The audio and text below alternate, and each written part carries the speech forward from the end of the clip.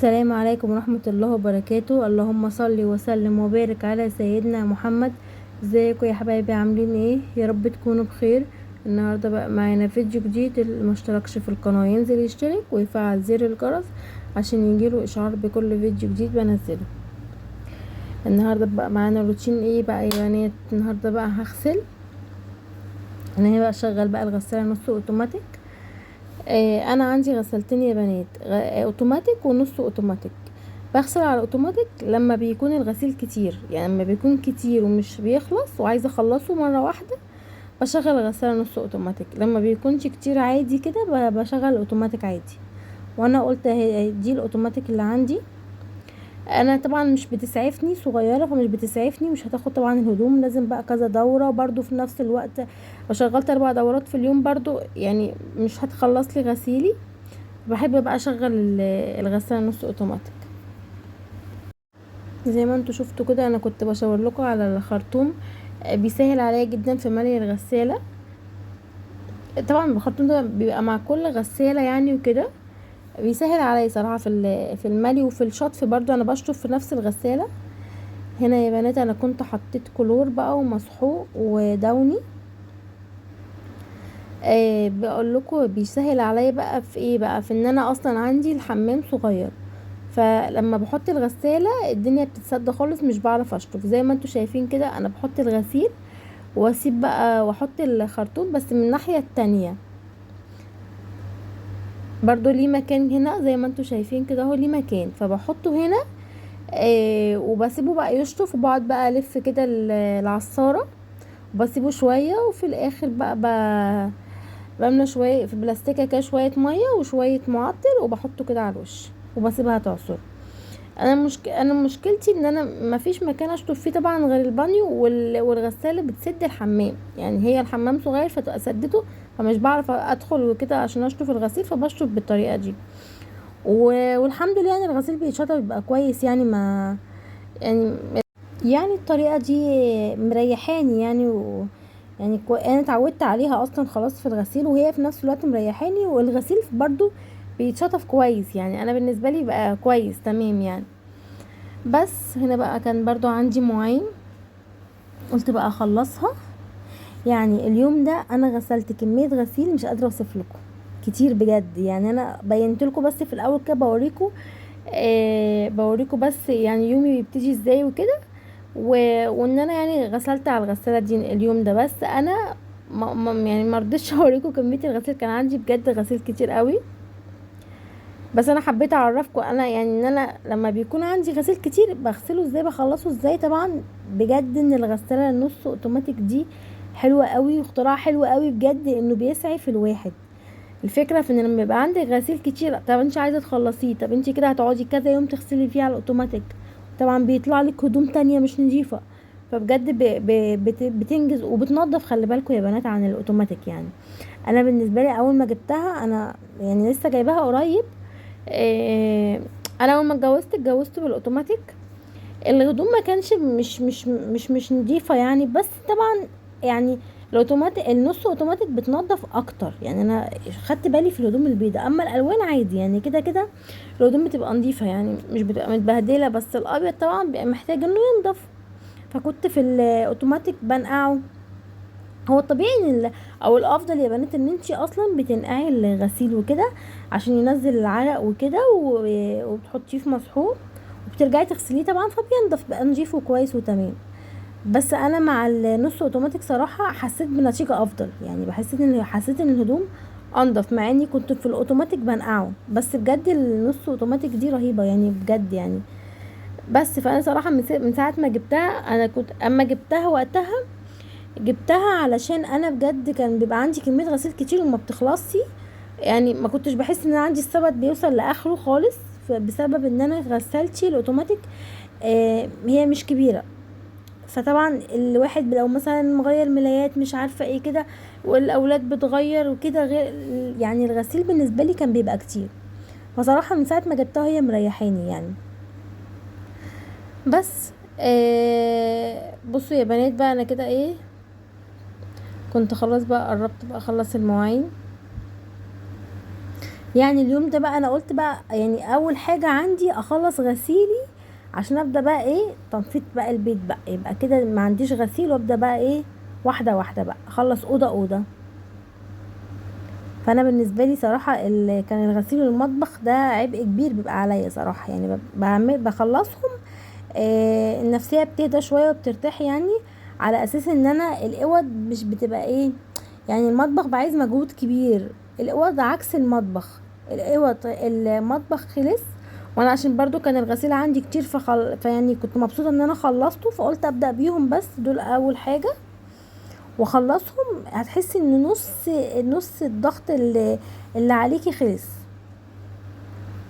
طبعا فاهميني يا بنات طبعا، وعارفين ان المطبخ بياخد مجهود قد ايه.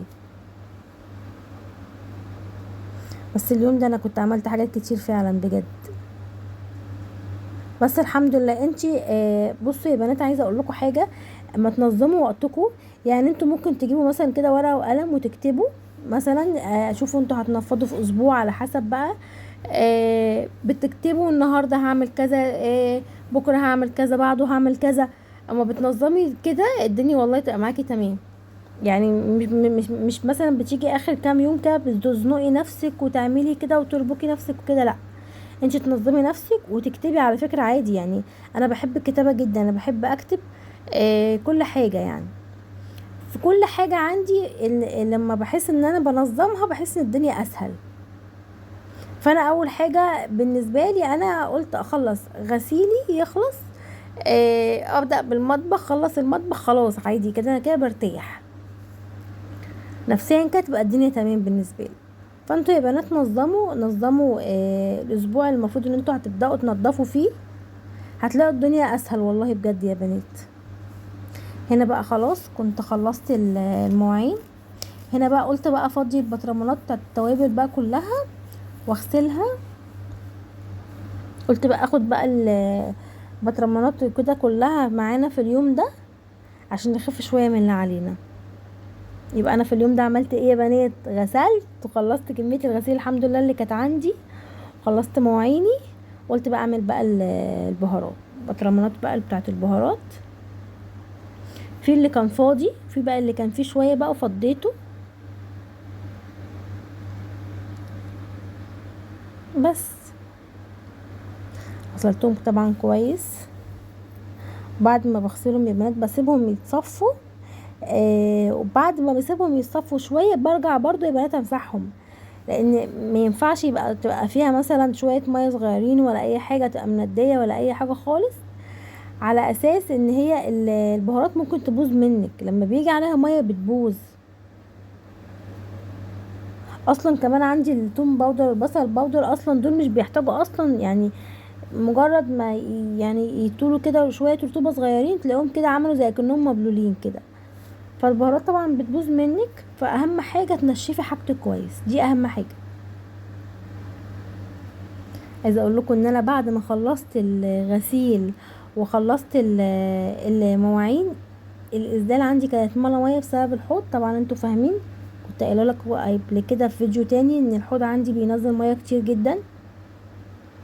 غيرت الاسدال من كتر الميه.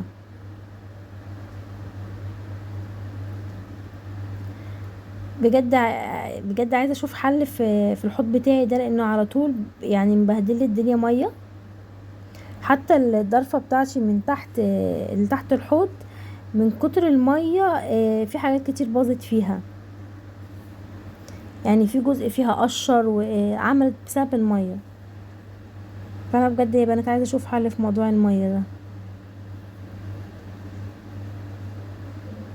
بصوا يا بنات هنا البطرمان كان معايا ضيق قوي وكنت بدخل ليه، فبجد تعبوني البطرمانات الصغيره دي. فعلى لازم يتعاملوا طبعا يبقوا زي الفل.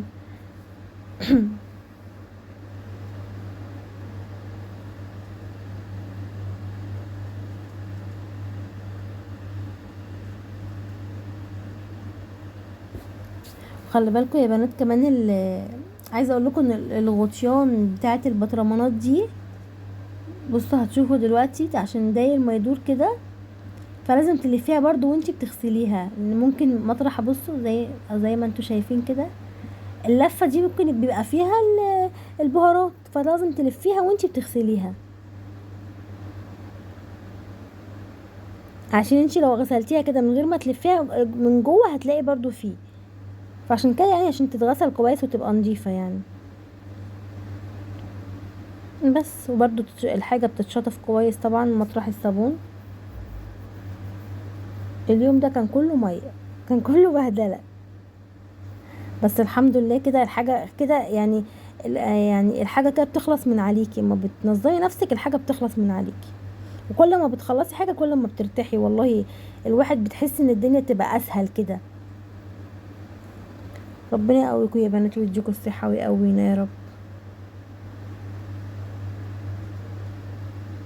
انا بقى كنت ايه حطيتهم عشان يتصفوا زي ما انتوا شايفين، بصوا يا بنات بقوا زي الفل.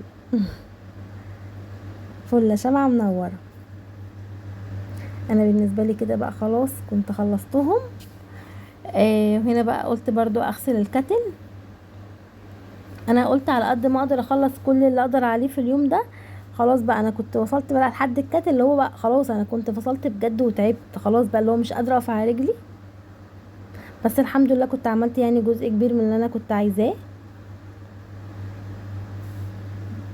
قلت بقى اكمل بقى المطبخ كله في يوم تاني واخلصه خالص.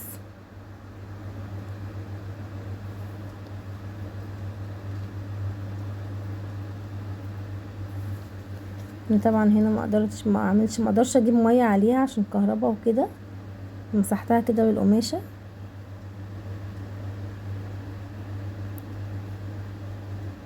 خلي بالكم يا بنات من موضوع الكهرباء ده والميه وكده، لما بتكونوا مثلا بتغسلوا حيطه ولا حاجه وتجيبوا ميه على الكهرباء ولا الكوباس وكده، خلي بالكم يا بنات. هنا بقى كنت خلصت، دي بقى النهايه بقى، لحظه السعاده بتاعتي كده ان انا بشوف كده بجد الحمد لله، بقول بجد والله الحمد لله. اشوفكم بقى في فيديو جديد، مع السلامه.